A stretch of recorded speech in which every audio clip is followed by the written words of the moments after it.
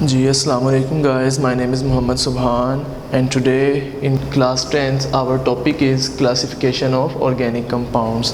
So guys, in this class we will learn how the organic compounds are classified. ठीक है, तो जो organic compounds की जो classification है इसको हमने सब डिवाइड किया हुआ है. ठीक है, हमारे पास जो organic compounds हैं वो दो तरह के बेसिक हैं, जिनमें से एक है ओपन चेन और दूसरा है क्लोज चेन. ठीक है, अब इन्हीं दोनों सीरीज़ को हमने आगे फर्दर क्लासीफाई किया हुआ है. तो फर्दर क्लासिफिकेशन पढ़ने से पहले हम ओपन चेन और क्लोज चेन कंपाउंड्स को देखते हैं. तो ऑर्गेनिक कंपाउंड्स की जो फर्स्ट कैटेगरी है, फर्स्ट डिवीजन है, दैट इज़ ओपन चेन. तो ओपन चेन कंपाउंड्स का दूसरा नाम है एसाइक्लिक कंपाउंड्स. ठीक है गाइस, तो ओपन चेन जो है और ऑर्गेनिक कंपाउंड्स अपने नाम से ही पहचाने जाएंगे कि ओपन चेन ऑर्गेनिक कंपाउंड्स हमेशा ऐसे ऑर्गेनिक कंपाउंड्स होंगे जिनके अंदर जो कार्बन की चेन है वो इंडिपेंडेंट चेन होगी. अब what is the meaning of independent chain? Independent chain का मतलब ये है कि कार्बन जो है किसी दूसरे हाइड्रोजन या किसी तीसरे एटम के साथ इस तरीके से अटैच होगा कि फर्स्ट वाला या आखिरी वाला जो कार्बन एटम है वो फ्री पाया जाएगा, वो इंडिपेंडेंट होगा. तो इस वजह से जो ओपन चेन कंपाउंड्स हैं उनको हम दो तरह से कैटेगराइज करते हैं. एक है स्ट्रेट चेन और दूसरा है ब्रांच चेन. स्ट्रेट चेन और ब्रांच चेन, याद रहे कि जो दोनों चेन्स हैं हमारे पास ये इसी की कैटेगरीज हैं. मसलन जो हमारे पास स्ट्रेट चेन कंपाउंड होगा वो डेफिनेटली ओपन चेन भी होगा. ठीक है, इसकी एग्जांपल हम ये देखते हैं. मिसाल के तौर पर हमारे पास एन ब्यूटेन है विच इज़ नॉर्मल ब्यूटेन. इसमें हम क्या देखते हैं कि पहले जो है H3C है, फिर CH2 है, फिर CH2 है और फिर CH3 है. मतलब ये एक पूरी चेन है. चेन किस तरीके से है? With the help of single bonds ये कार्बन के एटम्स ने आपस में एक चेन बनाई हुई है. अब चेन तो ये है, ठीक है, ऑर्गेनिक कंपाउंड भी है ये, क्योंकि ये ब्यूटेन है. ठीक है, अब ओपन चेन इस वजह से ये है क्योंकि इसका फर्स्ट एटम का ग्रुप या सेकंड कार्बन एटम का जो ग्रुप है वो फ्रीली है, वो कोई रिंग नहीं बना रहा. ठीक है, या वो कोई रिंगुलर स्ट्रक्चर या किसी और तरह का वो स्ट्रक्चर नहीं बना रहा, बल्कि एक बिल्कुल स्ट्रेट मैनर के अंदर कार्बन एटम दूसरे एटम्स के साथ लीनियर जुड़ा हुआ है, एसोसिएट है, लिहाजा चेन ओपन है. इस वजह से हम इसको कह देते हैं ओपन चेन ऑर्गेनिक कंपाउंड्स. ठीक है, अब ओपन चेन के अंदर भी बिल्कुल लीनियर चेन थी, जिस वजह से हमने इसको स्ट्रेट चेन कह दिया. तो स्ट्रेट का मतलब ही सीधा होता है, तो ये कार्बन की ऐसी चेन है जो कि बिल्कुल सीधी होगी.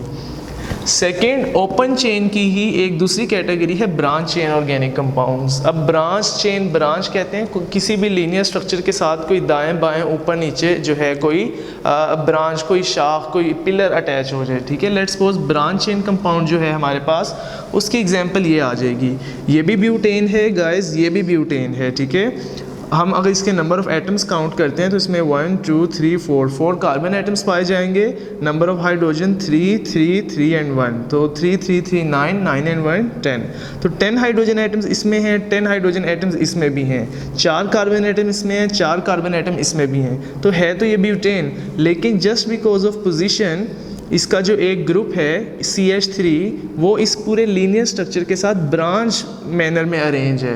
मतलब ये CH3 जो है ये बिल्कुल लीनियर यहाँ पे अरेंज नहीं है, बल्कि ये इस कार्बन के साथ नीचे एज अ ब्रांच एसोसिएट है.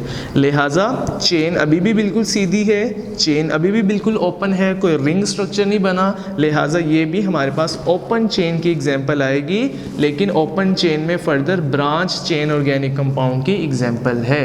ठीक है, तो जो ओपन चेन है वो बिल्कुल लीनियर चेन है. इसकी दो कैटेगरीज हैं, स्ट्रेट चेन ऑर्गेनिक कंपाउंड्स और ब्रांच चेन ऑर्गेनिक कंपाउंड्स. तो स्ट्रेट चेन में बिल्कुल लीनियर चेन है, और ब्रांच चेन ऑर्गेनिक कंपाउंड्स के अंदर किसी भी कंपाउंड का इस तरह का फॉर्मूला होगा कि उसमें एक एटम का ग्रुप जो है वो ब्रांच वे में लगा होगा. ठीक है, तो गाइज ऑर्गेनिक कंपाउंड की ये एक साइड है, ठीक है, जिसमें हम ओपन चेन को डिस्कस करते हैं.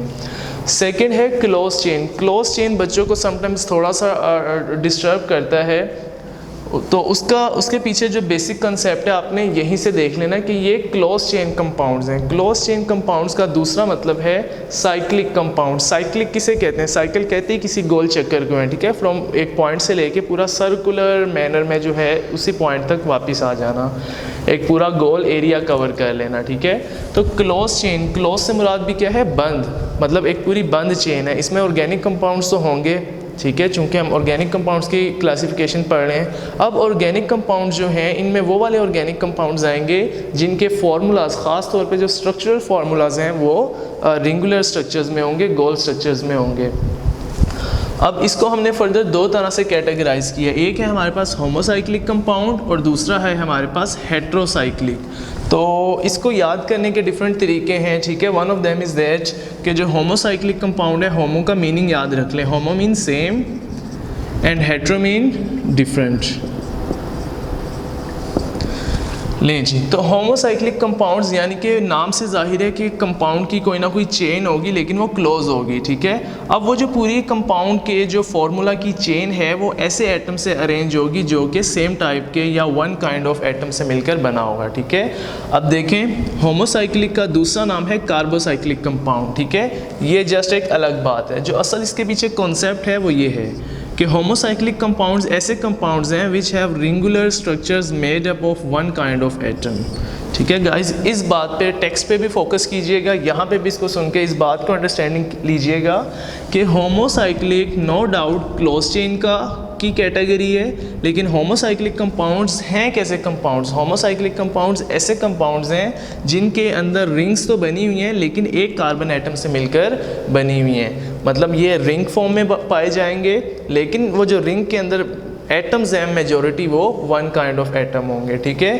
अच्छा, ऑन द अदर साइड होमो के बाद है हेट्रोसाइक्लिक। अब हेट्रोसाइक्लिक कंपाउंड्स ऐसे कंपाउंड्स हैं जिनके अंदर कार्बन एटम के अलावा भी कोई एटम पाया जा सकता है, ठीक है। मिसाल के तौर पर हमारे पास ये इसकी एग्जांपल्स हैं, ये हमारे पास स्ट्रक्चर है पायरिडीन का, ठीक है। तो इसमें कार्बन की जगह नाइट्रोजन का एटम एसोसिएट है which made it as a pyridine. On the other side ये हमारे पास जो कंपाउंड है इसमें कार्बन की जगह एस सल्फर अटैच है विच मेक्स इट थायोफीन, ठीक है गाइस।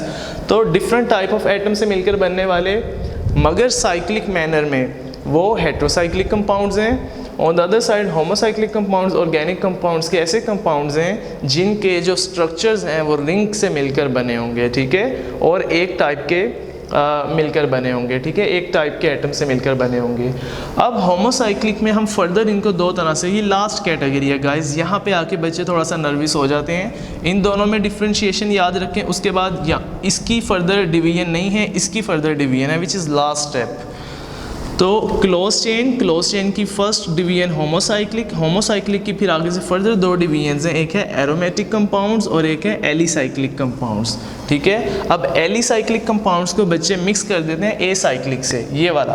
तो ए साइक्लिक या हमने अक्सर देखा है कि बाज़ वर्ड्स के साथ अगर हम ए लगा दें या अन लगा दें या नॉन लगा दें तो उसका मीनिंग नेगेटिव सेंस में चला जाता है। मिसाल के तौर पर if it is cyclic and if it is acyclic, तो हमें प्रॉपरली पता लग जाता है कि ये दोनों आप एक दूसरे से बिल्कुल ऑपोजिट हैं। अगर साइक्लिक का मतलब बिल्कुल रिंगुलर है तो एसाइक्लिक का मतलब नॉन रिंगुलर है, ठीक है।